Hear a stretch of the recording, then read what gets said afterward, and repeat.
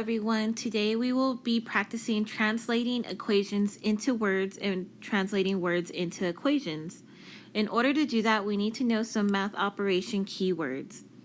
On this note sheet that I provided you for reference, you will see words that will mean each operation. So for example, with addition, sometimes you'll see words like add, plus, sum, altogether, increased, in all. Words like fewer, decrease, difference mean subtraction. Words like quotient, split up, ratio will mean division. Multiplication, I put a few words here, but as I was going through it, I thought of some more. So sometimes if you see per, miles per gallon, you would multiply. If you see the word each, I bought bananas for 50 cents each, you would multiply. And then I have some words that mean equals. So is probably the most important one. You'll see that one a lot. But any word like this could mean equals. The hardest one here will be, when do you use parentheses? So with parentheses, there's two things. It needs to tell you that there's going to be a set of parentheses, so around it. But it also needs to tell you what's going on inside the parentheses. So you'll know you need parentheses when you have the blank of, the difference of, the sum of. The word in the middle will tell you what to put inside the parentheses. Okay, so that goes in your notebook for your own reference. And now we're going to do this note sheet that says translating equations. So here we're going to practice. Let's look at the top left. It says the perimeter of a square is 4 times the length of a side. I want to make this into an equation. So let's use P to represent perimeter. That way we won't have to be writing that out. And let's use the letter S to mean side. Okay, so I'm starting with the perimeter of a square is, so P. Remember that word is, that means equal sign. 4 times the length of a side. So I know I need the number 4, and then the word times means multiply, so we're going to multiply it by side. So P equals 4S. Let's look at the next one. It says twice the number n divided by 3 is 6. So twice is multiplying, but very specifically multiplying by 2. And then I have the word divided. So of course I'm going to have a division symbol, or in algebra we use fractions. And then the word is an equal sign. So let's go through this again. Twice the number n. So if I had the number n and it was twice, that means times 2. But then it says divided by 3. So that whole thing divided by 3 is 6. So equals 6. The trick to these is to read them very carefully and just go step by step. Okay, let's look at the next one. A number b divided by 7 is 6 less than a number c. So this one, I'm going to write a little side note. Whenever you see the word than,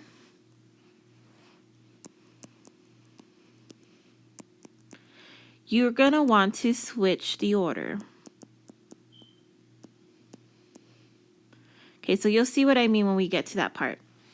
A number b divided by 7, so divided means it's going to be a fraction, is, so equal sign, 6 less than a number c. We should know that the word less means subtract. Okay, so let's go again. A number b divided by 7 is, so equal sign, 6 less than a number c. So the way I'm reading it, the 6 is coming first and then it's c. But because of that word then, you're going to switch them around and you're going to do c minus 6. So that's just one thing to be careful of anytime you see the word than. Okay, next thing. 10 more than x, so there's that than again. And more means plus, is the same as, so that whole little saying is equal sign.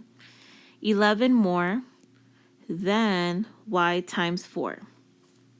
So 10 more than x, and we know that more is plus, but because the then switches the order, x is going to go first, then plus 10. Is the same as, so equal sign. 11 more than y times 4. Well, y times 4 is just 4y, but if I want 11 more than that, plus 11. So see how they're progressively getting a little bit more difficult each time? Okay, let's look at this one.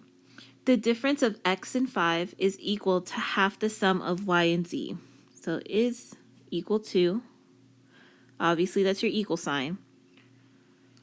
Now before it, I have the difference of x and 5. Difference means 5. But you have to be careful here because I have the blank of. Whenever you have that, that's parentheses. So the difference of, so there's a minus sign in there. But then it says x and 5, so you can go ahead and fill the spots with x and 5.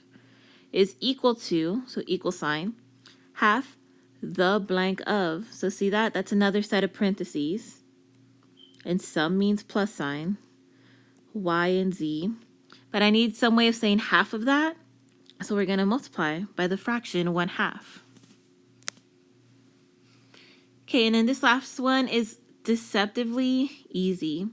It seems easy at first, but it's one that you really have to think about. It says there are twice as many girls as there are boys in the room. So we talked about how twice means 2 times. And we're talking about girls and boys here. So we're going to use G and B to use for the letters. But how would we write this as an equation? There are twice as many girls as there are boys in the room. So boys and girls are going to be on opposite sides of the equal sign. But there are twice as many girls as there are boys. That to me is telling me is that there's more girls than there are boys. So in order for them to truly be equal, I would have to multiply B by 2. Okay, that's going from words to equation.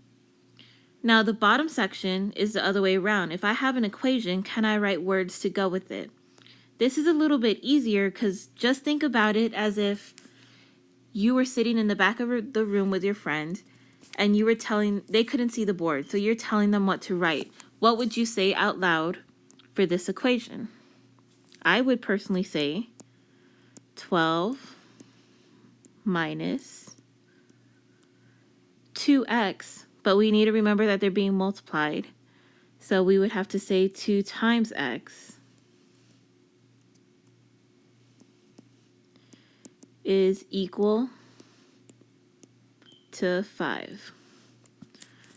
Now, because we all say things a little different, there's going to be multiple ways to write this in words, but I always go with the simplest thing I can think of. It doesn't have to be fancy words. It just has to get your point across. Let's look at the next one. So listen to the way I say it out loud.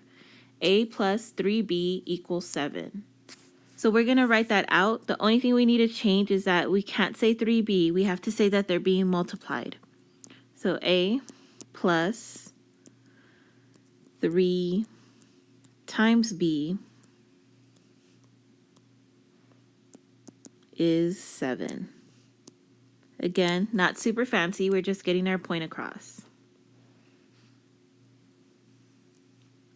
Okay, this one's going to be a little more difficult because I have parentheses. And we have to follow order of operations, meaning we have to say what's happening inside of the parentheses first, and then that there's a 5 outside. So I know because of the parentheses, I'm going to have to use the blank of, but they're adding, so it would be sum. This 5 on the outside is being multiplied. So now I'm going to do it all at once. 5 times,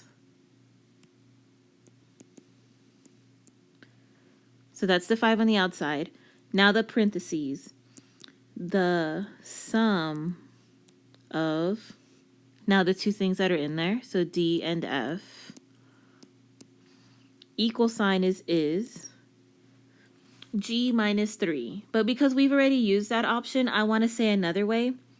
I know the word less means to subtract, but it doesn't make sense to say G less 3. It would be less than. And the word then, as we talked about before, switches the order. So I would need to say is 3 less than G. And one more example.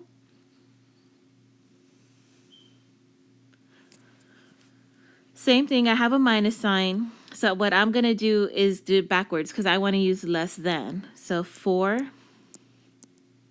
less than 5 times m, and an equal sign is. I know when you multiply by 2, you can say twice, so I'm going to say twice. And again with the parentheses, so I need the blank of, and they are adding in the middle, so that would be sum. The sum of 7 and n. Okay, so those are our 4 examples of equations into words.